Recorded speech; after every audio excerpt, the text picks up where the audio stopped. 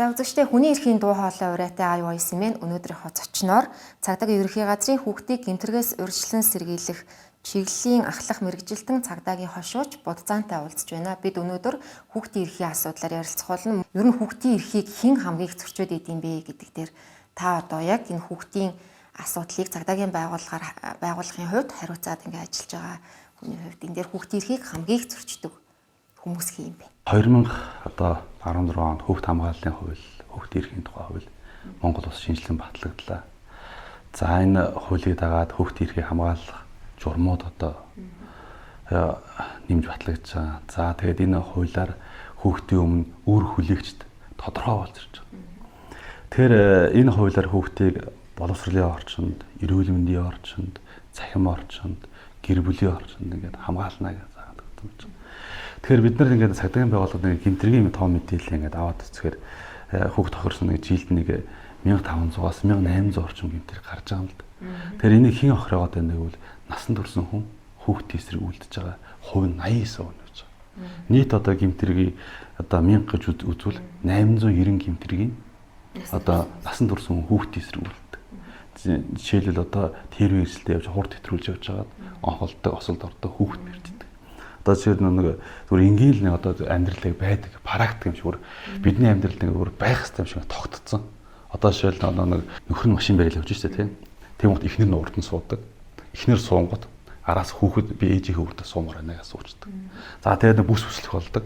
Тэгмэд нь бүсээ өөрөө бүслээд бүсний гар дээр хүүхдэд хөвчиж байгаа. Тэгээ ямар нэг осол гарахад хүүхэд хамгийн гол шийдэгддэг. Тэгээ улмаар айнаас ордог ч.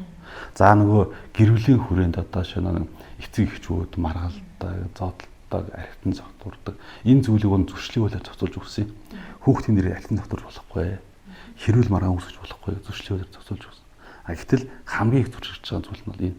Тэгэхээр насан туршсан яг хүүхдийн эсрэг гэмтрэг үйлдэж, бэртээж гэмтээж байгаа, хүчрхийл үйлдэж байгаа, эрхийг зөрчиж байгаа хүмүүс байна. Нэг асран хамгаалах хуулиар үргэлжлүүлсэн. Ээж аав асран хамгаалсан.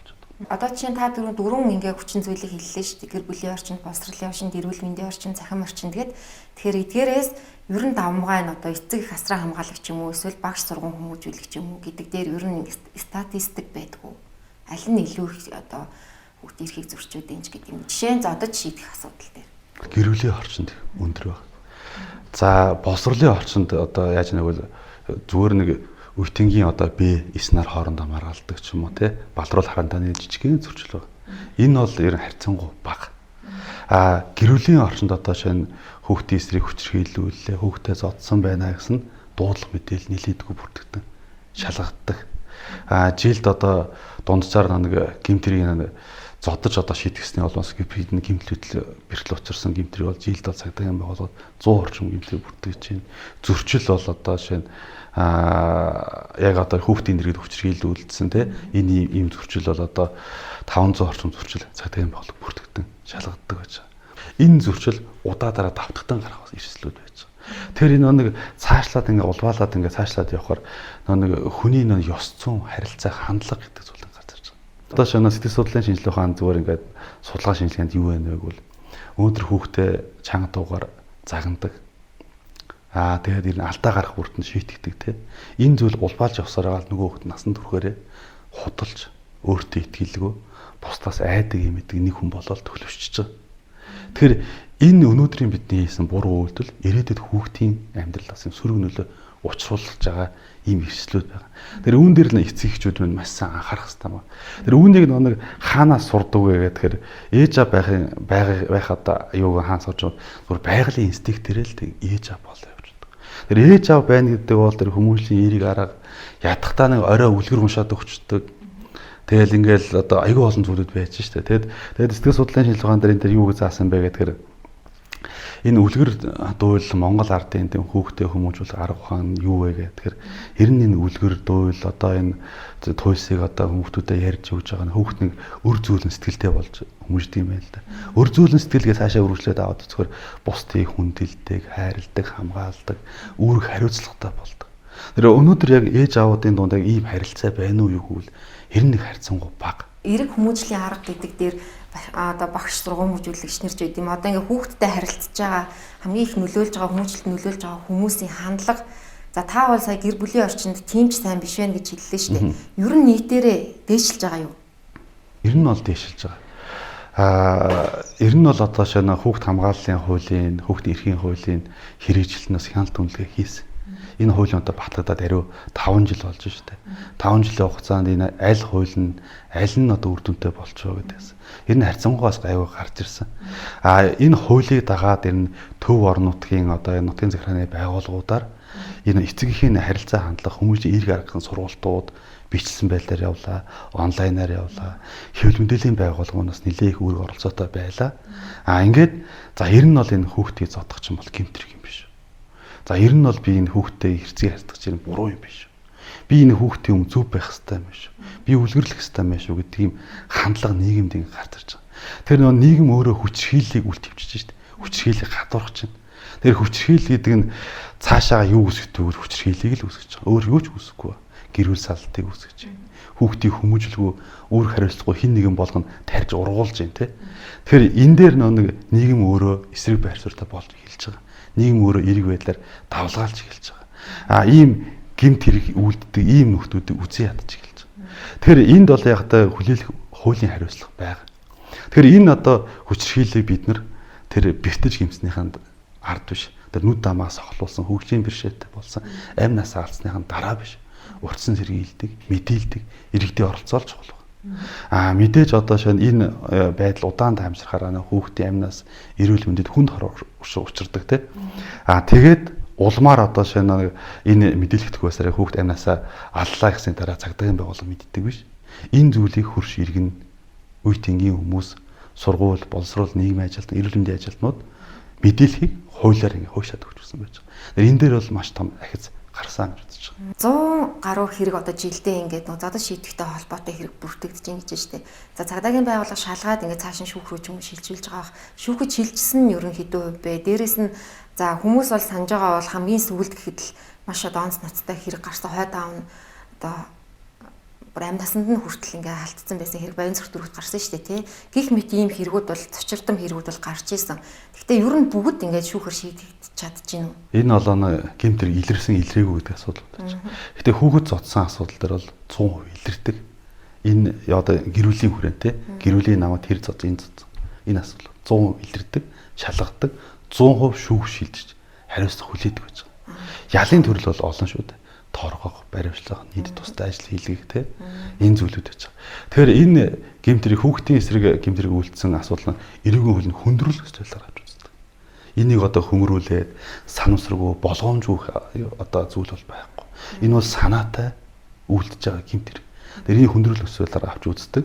За тэгээд нийгмийн аюул хороошгоос гим хороо шалтгаалаад одоо шүүх одоо яш итгэх оногдуулдаг байж байгаа. Энэ дээр одоо бид нар яг та сэрэмжлүүлэх тал дээр одоо шинэ ёс зүй, зан харилцаа, гэр бүлийн хүмүүжил, төлөвшил, за дахин давтан гэмтэр үйлдвэрлэх хүнд бол сургалт нөлөөллийн ажил, за сэрэмжлүүлэх мэдээлэл хүрж байгаа. Хүүхдийг бүх төрлийн гэмтрийн хогш болохоос сэргийлэх тал дээр Монгол улс бол хууль эрх зүйн орчны тал дээр маш сайн ахис дэвшилтэй явж байгаа улсын нэг гэж дүгнэгддэм байна. Жишээ нь одоо бүх хүүхдийг бүх төрлийн гэмтрээс урьдчилан сэргийлэх энэ хууль тогтоомжийг баталсан 16 дахь улсаар бүртгэгдсэн гэдэг юм л та.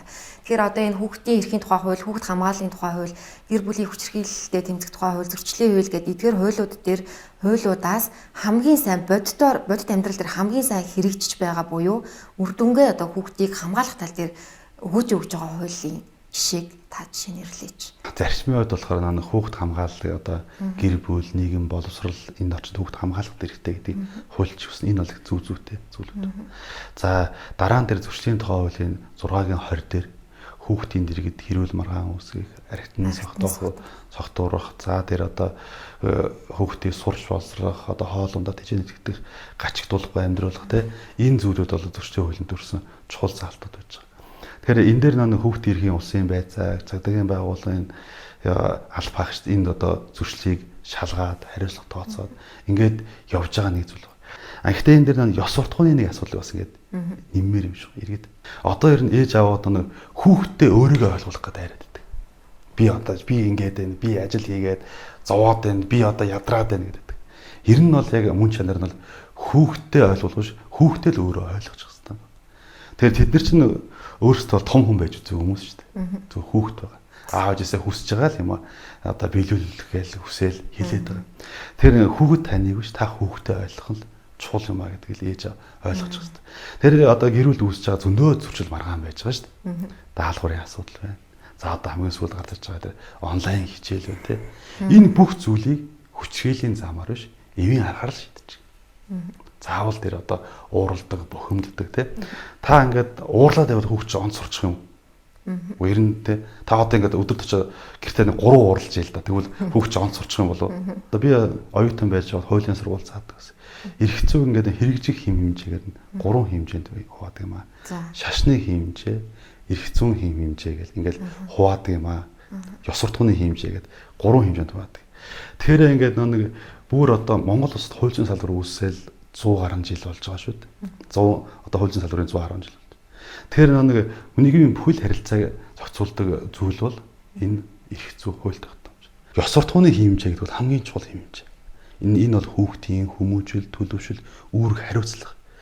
Манай улсын хувьд яг юун дээр алдаа зүйл байна гэвэл яг энэ ёс суртахууны хэмжээ орхитуулаад бүх юм хуулийн дээр даатгацсан. Бүх юм хууль руу авч хийцгэсэн. Ёс суртахууны хэмжээ өндөр байх юм бол хуулийн хэмжээ хаандаа мөрдөгддөг. Хүссэн үсээг мөрдөгддөг. Тэр хүн одоо шинэ бүх нийтийн хуулиороо ямар байна? За одоо шинэ иргэн хүн ямар үүрэгтэй байна те? Тэр хүн өөрөө ёс суртахуунаараа тэр юмыг зөрчдөг. Тэгэхээр энэ ёс суртахуун хүмүүжил төлөвшлөл гэдэг нь хамгийн чухал. Өнөөдөр бид нэр хөөхтөд өгж байгаа хамгийн том боловсрол бол энэ хүмүүжил болно ёс суртахуун. Тэгэхээр энэ ёс суртахуун хүмүүжил төлөвшлөлийг л бид нэр хөөхтөд өгөх юм байна. Тэр нэг ийм сурвалжууд яваад байгаа тест зөв байцгаая. Зөв аавж байцгаая. Хариуцлагатай байцгаая. Энэ ерөнхийдөө л энэ зүйлийг л хэлэх гээл олон талаас нь яриад байгаа зүйл. Тэгэхээр ингээд манайдаар ингээд зур сургалт ингээд хийдэг. Одоо ингээд янз бүрийн сургалтууд хийж байгаа л ээж аавууд ирээл ингээд сургалтаа хийгээл ингээд уулзчих.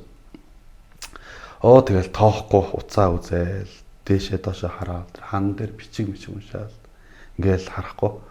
Тэгэд ингээд за асуух зүйлээ нэг сургалт дуусан гот босроо асууж байгаа. 91 3 4 хүүхэд гаргацсан 30 40 хүртсэн надад юу заах гэдэг гэж шууд хэлж байгаа. За ингээд та нар одоо юу яриад байгаа юм бэ гэдэг зүйл ингээд асууд үүсдэг байхгүй. Тэгэхээр зүгээр статистик тоо мэдээ хэлээ энэ дээрс шүү зүгээр. Яг энэ хүүхд ирхийн зөрчилийг хүүхд ирхийг зөрчиж байгаа ихэнх хүмүүсийн 30 40 настай 3 4 хүүхэдтэй энэ хүмүүс. Энэ хүмүүс түнд зөрчил их байж байгаа. Тэгэхээр нөгөө нэг өөрөө тийм гэр бүлдээ ч юм уу тийм харилцаатай өсчихсэн. Ер нь надад юу заадаг юм. Би бол тэр бүгдийг мэднэ. Энэ ингээд ойлгож байгаа. Тэгэхээр хүүхдийн хүмүүжил төлөвшил ёс суртахуун гэдэг зүйлийг хэрв одоо өөрчлөн байдаг бол бусдаас сурах хэрэгтэй. Уншиж судлах хэрэгтэй. Тэгэхээр өнөөдөр нэг гэр бүлийн боловсролоос илүү хүмүүжил одоо энэ дэлхийд байхгүй байна гэдэг нэг том философи шүү дээ. Тэр гэр бүлийн хүмүүжил өөрөө маш сайн байх юм бол энэ хүн нийгэмдээ хүлээн авдаггүй зөв төлөвшөөд хүндрэл бэрхшээлийг таван тулаа гараа явуулдаг. Гэр бүлийн хүч шийдвэртэж байсан тэр янз бүрийн тийм удаа хүн бол бэрхшээ тулгархад бухимддаг хамгийн дөрөв. Бухимддаг. Асуудлыг уураар шийддэг. Хажуудаа байгаа дэрэгдээ хүмүүстэй байгаа хүмүүст энэ асуудлыг зам байдлаа гаргадаг ч юм уу те. Ийм эрсдлүүд ингээд байгаад. Тэр энийг бол хаатай цагдаагийн байгууллага ингээд судалгаа шинжилгээ хийхэд ийм одоо дүгнэлт энэ төр гарч ирж байгаа. Эсвэл судлалын шинжилгээ ухаан бас судалгаа шинжилгээ хийгээд яг иймэрхүү дүгнэлт гарч ирж байна. Тэгэхээр шинжилгээ ухаан өөрөө ингээд хотолцлоо. Тэгэхээр хуулийг мөрдүүлэхийн тулд энэ ёс суртахуун хүмүүжил төлөвлөлт чухал юм аа л гэдгийг маш сайн ойлгох хэрэгтэй. Хүүхдийн тусламжийн 108 утас бас одоо хүн болгон мэддэг 102 гэдэг шиг утас болчлаа шүү дээ. 108 утсанд юу гэдгийг ээж аав нэг жоохон шаардлага тавихаар 108 дуудчих шүү гэдэг ийм хандлага бий болсон байж гэдэг юм уу ийм зүйлүүд яваадсан. 108 утас бол миний хувьд бодит өөрөө дөнгөө өгж байгаа. 108 утсан дээр операторууд нь сэтгэл зүйч хүмүүс байж байгаа, бас мэрэгжлийн хүмүүс байж байгаа, зөвлөгөө өгч байгаа. Мэдээж бид нэр ингээл 10 жилийн хүүхдүүд байсан, үерхэл нөхрөлөл, бие биендээ захидал энэ төр өгдөг ч юм уу те. Ингээл янз бүрийн зүйлүүд ингээл 10 жилд ингээл тийм өвчтөй зүйл янз бүрийн зүйл асуул гардаг байлаа шүү дээ. Тэр ийм зүйлийн талаар хүүхдэд зөвлөгөө авч байгаа. Нөгөө талаар тэр гэр бүлийн хүч хийлэл бас гэмтрийн шинжтэй мэдээ мэдл өгөөд байгаа юм зүйлүүд байна.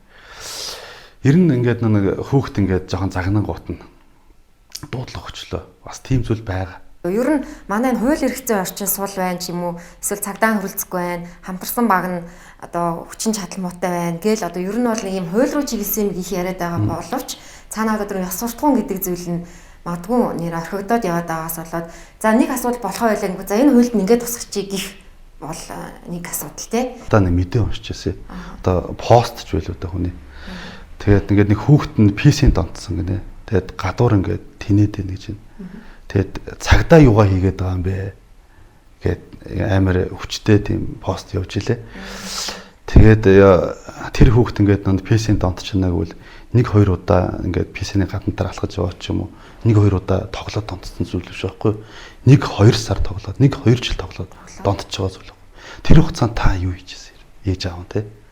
Тэгэхээр нэг хүүхдэд хамгийн их нөлөөлдөг зүйл бол ээж аав байхгүй юу? Асуудлыг бусдаас ингээд тэр яач вэ? Энэ яач вэ? Ер нь хууль болохгүй болохоор л миний хүүхд ингэчлээ те. Хуулинд ирнэ ингээд чангалаач те. Манай хууль чинь эрүүгийн хуулийн заасан хамгийн хүнд яач шийдэлтэй гэмтрэгүүд эрүүгийн хуулинд хүүхдээс сэргүүлсэн гэмтрэгүүд байдаг шүү дээ. Хүүхдийг уруу татсан, хүүхдийг садар самдуур татсан, хүүхдээр гуйлгасан, хүүхдийн төвшин хөлөөр ихлүүлсэн, асран хамгаалалт үүргээ биелүүлээгүй бол хамгийн хүнд яач шийдэлтэй гэмтрэг бол энэ хүүхдийн эсрэг гэмтрэг. Одоо хүүхдийг өвчнөдсөн бол бүх насаар нь хоёрхан шийдэгдэг. Ийм гэмтрэг шүү дээ. Энэ бол нэг хүндрэлтний эсрэг үйлдсэн гэмтрэгтэй адилхан яач шийдэлтэй гэмтрэг шүү дээ. Тэгэхээр эрүүгийн хуулийн яач шийдэхлийн хэлбэр гэдэг бол яач шийдэхлийн одоо санкц гэдэг бол өндөр. Тэгэхээр үнэхээр одоо авч шоронд аваач хийгээд сайн болж ийнүг бол бас хэцүү шүү дээ. Зүгээр 20 газарт ингэ байж байгаа хүмүүстэй бид нэр уулздаг. 20 газар суллагдаад ирэнгүүт нь цагдаагийн байгууллага захиргааны хяналтыг тогтоодог. Захиргааны хяналт ингээд тогтоогоод явж байхад ер нь хүн энэ үйлдэлтэй их харамсдаг. Гэхдээ энэ цаг хугацааг эргүүлж очиж чадахгүй шүү дээ. Тэгэхээр яг одоо цаг хугацаанд таалд зөв үйлдэл хийх нь хамгийн чухал. Жишээ нь яг ингээд шүүхээр шийтгүүлчихэж штэ тэр хүн те. Шүүхээр тогтоогдоод та ийм тэдэн цагийн засал хүмүүжлийн тийм үеийн сургалтанд суух хэрэгтэй гэдэг чинь. Энэ сургалтыг хэн заадیں۔ Энэ яг үр дүнтэй байдаг болов. Энэ сургалтанд бол нэг жилд нэг 4,000 гаруй сууж байгаа байх. Шүүхийн шийдвэр биелүүлэх гүйцэтгэх газар дээр энэ сургалт явагддаг. За мэрэгжлийн нэм гэрээт багш нар очиж хичээл заадаг. Гэр бүл, ёс суртахуун, хууль тогтоомж, харилцаа хандлага, үүрэг хариуцлага гэд олон сэдвэр хичээл заадаг. Цэнгуу бол энэ бол нэг 50-50% та бас хүмүүс засарч байна гэсэн тийм зүйл байгаа. Тэгээ хувь хүндээ бас асуудлууд нэлээд байдаг баг. 40 настай нэг аав гэж бодъё те. За хинч гэж болно те. Тэр нь 40 настай хүний хандлагын өөрчлөлт нь хэцүү болов. Та явж байна. Магадгүй хэцүү баха. Тэг хэцүү. Тэр хүн бол ингээд нийгэмд ингээд нэг хүн болоод ингээд би хүн болоод ингээд төлөвшсөн. Үзэл юутай өөрийн зөв гэд ингээд тархинтай кодлж байж байгаа. Харин тэгээд буруу замаар ч юм уу тийм янз бүрийн тийм юутай болцохоор тэгээд төлөвшөж байгаа. Энийг одоо өөрчлөлт бол тун хэцүү. Нилээн нэг хідэн цагийн ийм харилцаа хандлага нэг хүмүүжлийн тийм хичээлэж энэ арилдаг юм биш. Харин нэг бага наснаас нь зөв ингээд замын залаад ингээд явчих юм бол энэ аанда зөв хүн болоод төлөвшөж чинь.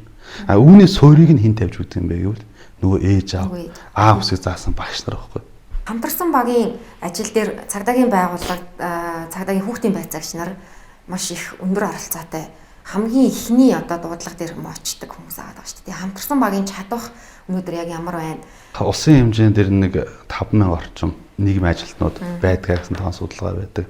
За хамтарсан багууд гэх юм бол багууд дээр цагдаагийн хэсгийн төлөв хэсгийн байцаагч, за хүүхдийн байцаагч, нийгмийн ажилтнууд ингээд ороод явж байгаа. За сургалтын хувьд болохоор энэ манай гэр бүл хөгжил зохиолын газар цагдаагийн байгууллага, төрийн бус байгууллага сургалтуудыг нэлээд хийдэг. Тэгэхээр энэ хамтарсан баг гэдэг чинь та нэг зүйл ойлгоорой. Цагдаа байгаа, эмч байгаа, нийгмийн ажилтан байгаа, гэр бүлийн мэрэгжилтэн байж байгаа. За ингээд шаардлагатай бол өмгөөлөгч энэ ингээд ороод ирж байгаа. Тэгэхээр энэ багчин өөрөө нэг ерөөд олон байгууллагаас ирдэг болохоор хамтарсан багт бид сургалт хийгээл идэг. Тэгээд 3 сарын дараа эргээд очиход ингээд энэ хүнээс 5 хүн 3 хөрчлөгдсөн. 2 шинэ болтомжтой. Энэ болохоор нэг сургалтын бас нэг хүний нөөцийн тал дээр бас ингээд нэг дотор ажиллуулаач яагаад олон зүйлүүд ингээд явдгийн. Төсөв зардлын хувьд бол одоо бас харьцангуй тухайн аймаг, сум, дүүргүүд хамтарсан багтаа төсөв шийдвэрлүүлж өгөө. Сая бас хууль судлалын яамнаас бас хамтарсан баг үрийг бүр дээрээ төсөв тавьж өгсөн. Энэ ингээд шийдвэрлэгдэж явж байгаа.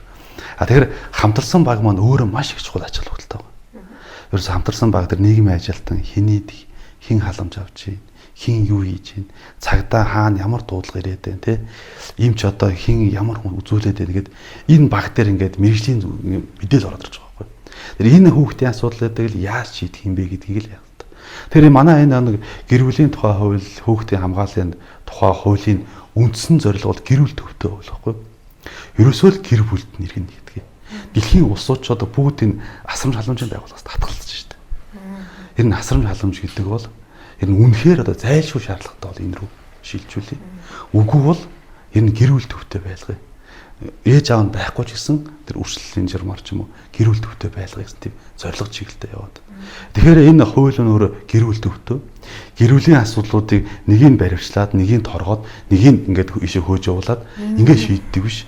Энийг хамтарсан байгаараа гэр бүлд нь яаж аятайхан байлгах юм гэдгийг л шийдэх хэрэгтэй. Ийм л зорилготой байж байгаа. Төсөвдөр жишээ нь ер нь сүүлийн жилүүдэд нэлээд ахиц гарсан юм шиг харагдаж байгаа юм. Гэхдээ мэдээж эн чинь ингээл нөгөө 21 аймаг 300 гаруй суманд л ингээл таарж байгаа штэ. Таарч бутарч ингээл явж байгаа. Ер нь хангалттай байж чадж байгаа юу? Ер нь цааш нэмэгдүүлэх шаардлагатай юу? Жишээ нь цагдаагийн байгууллага дээр ямар асуудал бэрхшээл тулгардыг? Цагдаагийн байгууллага дээр сая одоо засгийн газраас хүүхдийн одоо байцаагчид 103 оронтойгоор нэмэгдүүллээ. Улсын хэмжээнд одоо 120 орчим хүүхдийн гэмтрээс урьдчилан сэргийлэх албаагч улсын хэмжээнд ажиллаж байна. 21 аймаг, 9 дүүрэг, 330 суманд одоо ингээд хөлтөө ингээд ажиллаж байна гэсэн. Тэгэхээр тухайн аймагт одоо хүүхдийн гэмтрээс урьдчилан сэргийлэх чиглэлээр юу хийх вэ? Ийм зүйлүүд. Нэгдүгээр бид нэр цагдаагийн байгууллага яг хүүхэд нь эрүүгийн хэрэг юм уу зөвшлийн хэрэг хийж дуртай ажиллагааны онцгой субъект байхгүй. Заавал асран хамгаалалт ар гэрийг нь байлзуулж хэрэг маргааны шийдвэрлэдэг. За энийг хэргийг шийдвэрлэхийн тулд тухайн одоо гэр бүлийн газар өмгөөлөгч, асран хамгаалагчтай хүүхдийн байгууллагын бай шийдвэрлэдэг, багш сургамжуулагч. За хэргийн шийдвэрлээ явж байгаа хугацаанд сурах хэргийг нь яаж хамгаалах вэ гэл олон зүйлүүд байж байгаа. Тэгэхээр нэгдүгээр цагдаагийн байгууллагаас яг энэ чиглэлийн хэрэг шалгадаг урьдчилан сэргийлэх ажилтнуудаа чадахжуулах чиглэлээр бид нар ажиллаж байгаа. Тэгээ сая одоо ковидын нөхцөл байдалтай холбоотойгоор сургалтыг онлайнаар одоо 2 өдөр бид нар хийлээ. За энэ ингээд дуусч одоо бид нар ахаа бичсэн сургалтуудыг бүсэлсэн байдлаар ингээд хийгээд улам мэрэгшүүлээд ингээд явуулна гэж. Дараагийн дугаард бид нар энэ хууль сахиулахын сургууль дээр бид нар энэ хүүхдийн байц урьдчилан сэргийлэх ажилтны шинэ ангийг авч ирсэн. Одоо нэг мөрдөн байцаач бэлддэг байсан байна, тэ? Нийтийн хэвжирмийн чиглэлээр хүн бэлддэг байсан байна. Одоо яг хүүхдийн чиглэлээр цагдаагийн байгууллагаас онцгой гарч нийгмийн ухааны чиглэлээр сургуульд өгсөн оюутнуудыг 2 жилийн одоо хөтөлбөрт хамруулад бид нэр цагдаагийн офицер цол өгөөд хүүхдийн байцаагчаар ажиллах юм боломжтой болж байгаа.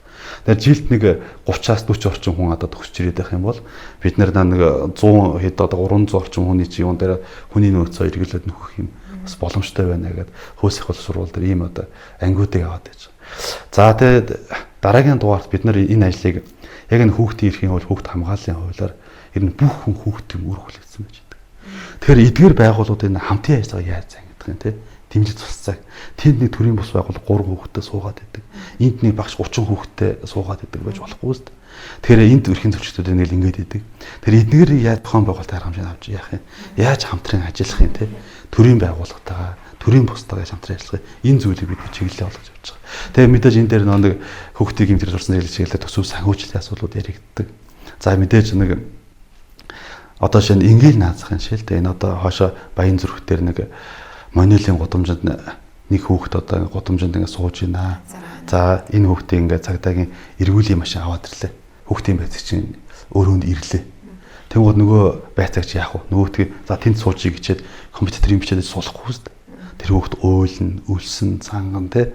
Энэ рүү чиглэсэн ажлуудыг бид нараас дөрөвтэй хурдан шурхаа хийе гэсэн тийм бодолтой төлөвлөгөөтэй явж байгаа. Орон тоо 103-аар нэмэгдсэн нь бол та бүхний ажилд бол нэлээ нэмэр болж байгаа бах. Цагдаагийн байгууллагад яг л хүүхдийн гэмтрээс орсон сэргийлэлээр мэрэгсэн ажилтнуудыг бид нар одоо бий болгож ажиллуулахыг л одоо зорж явж байгаа. Цагдаагийн ерхий газрын даргын тушаалаар одоо яг 21 аймаг нийслэлийн одоо дүүргүүд дээр 1-3 хүүхдийн одоо мэрэгжилтэн ажиллаж байна. За хуулийн ярилцлага өнөөдөр одоо дэлхийн одоо хүүхдийг зодон шийдэхгүй байх өдөрт яг ингэж тохиож гарч байгаа юм ярьцлага байгаа. Тэгэхээр та ярьцлагынхаа төгсгөлд ер нь монголчууд алган боовны амт үзүүлэх хэрэгтэй тийм ийм бол байдгүй зүйл гэдгийг нийтлэг хандлагын эсрэг та бас нэг уриалга хэлж. Монгол бас ийм зүйл байна. Гэтэ байх ёстой зүйл бол биш. Тэгэхээр энэ хүүхэд таныг биш та хүүхдээ л ойлгох хэрэгтэй. Та ядаж тэр хүнээс хамгийн багадаа 18 насаар ах байгаа шүү дээ. Тэр хүүхдээсээ тий. Аимс илээсээ гэдэг шиг. 18 насаар одоо ах байгаа шүү дээ. Хамгийн багадаа. Тэгэхээр та хүүхдийн өмнө ингээд хуулиар үргэлжлэжээ. За ингээд хууль энэ төрхөө танаас жоохон юм хол санагдаж магадгүй. Би бол одоо яг л хийх ёстой хийгээл явж. Ер нь та яг хүүхдийн өмнө үргэлжлүүлсэн хүний хувьд, ёс суртахууны хувьд, зам байдлын хувьд хүүхдийн өмнө зөв байгаарай. Тэгээд хүүхдийг зодож шийтгэх нь бол хүүхдийн ирээдүйд, хүмүүжил, сэтгэл зүйд маш их хор учирдаг. Эргээд бид нэр буцаад 2000 онд очиж байгаа энийг сасч чадахгүй шүү дээ. Тэгэхээр өнөөдөр та энийг засаарай. Тэгээд гэр бүлдээ эрэг байгаарай гэдэг зүйлийг л уриалмаар байна да.